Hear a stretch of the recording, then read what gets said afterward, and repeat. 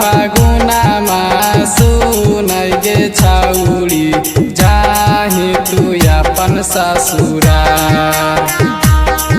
आगे चढ़ते फागुनामा सुनै गे छौरी जाहि तू अपन ससुरार आगे हीरा से पहले छुआ ले गे छौरी बनल रहतौ नैहर ससुरार आगे बाभाना से पहले डाला ले गे छौरी बनल रहतौ नैहर ससुरार।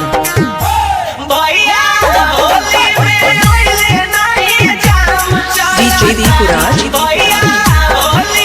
मिक्सिंग वाले ने हल्के में मत डालियो, उनकी मिक्सिंग में हो गया बहुत ज्यादा दम। हमारा बाबूजी के बैगन से काम चलाता, हमारा बाबूजी के बैगन से काम चलाता।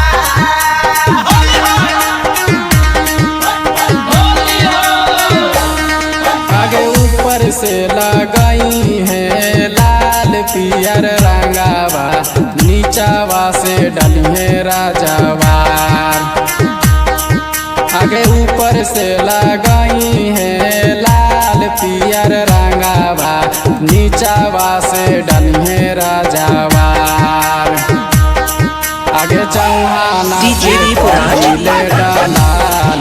मिक्सिंग वाले ने हल्के में मत डालियो, इनकी मिक्सिंग में हो गया बहुत ज्यादा दम। ससुरार आगे चौधारी से पहले डाला ले गे छौरी बनल रहतौ नैहर ससुरार।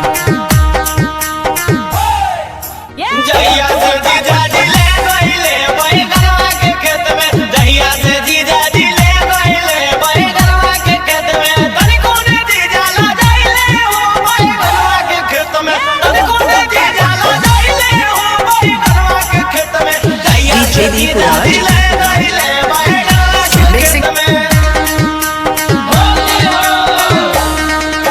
छूट जाई तारू यादतिया गे छौरी होलिया में जाइल ससुरार। छूट जाई तारू यादतिया गे छौरी होलिया में जाइल ससुरार। आगे मातो जी से पहले छुआ ले गे छौरी बनल रहतौ नैहर ससुरार। आगे सिंह जी से पहले डाला ले गे छौरी बनल रहतौ नैहर ससुरार। आगे लाला जी डाली है लाल रंगवा DJ दीपुराज मिक्सिंग वाले ने हल्के में लाला जी डाली है लाल रंगवा सुनै गे छौरी बाभाना के हई तू तौमाल।